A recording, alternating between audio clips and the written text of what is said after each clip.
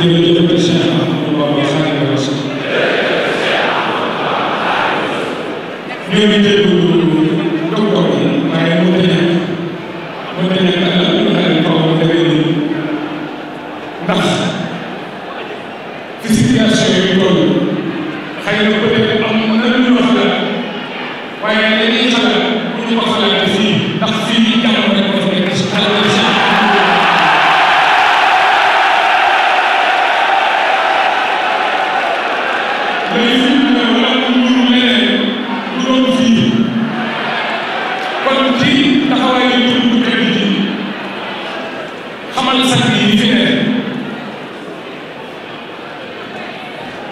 di wax ak njabootu Serigne Touba njabootu Serigne Ibrahima Fati yéen cameraman yi taw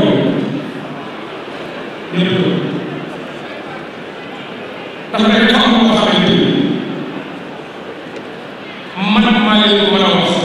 ngir ngeen mën koo xam ngeen yóbbaale ko Serigne Cheikh la ngeen daan dégg ak ñi leen daan fekk fa ngeen nekk daan leen wax ak lañ leen daan wax ak par rapport li ngeen gis tey di bisu feer di fin d'année 31 décembre ñi fi daje ñëpp boo xoolee ñi fi ëpp ñaar fukki at ak juróom ci la ñuy ñëw fanweer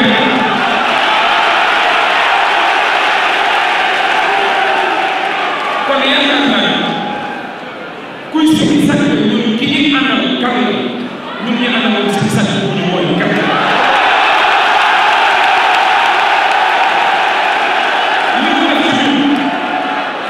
li mu def ci ñun ba tax ñu mën a bàyyi bàyyi foofu man mii wax ak yow Mbacke laa sax di doon sëñ Dame Moussa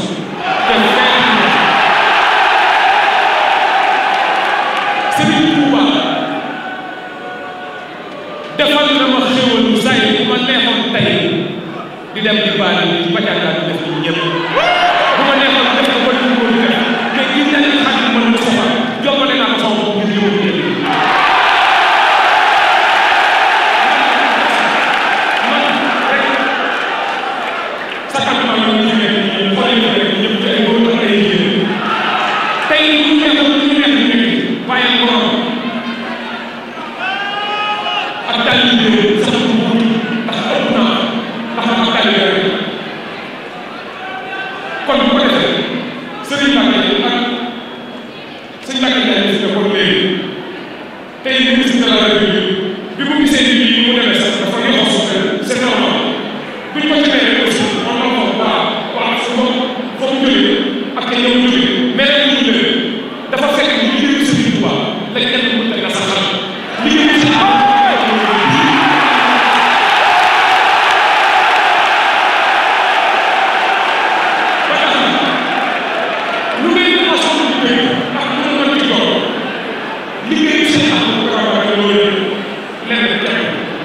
liggéey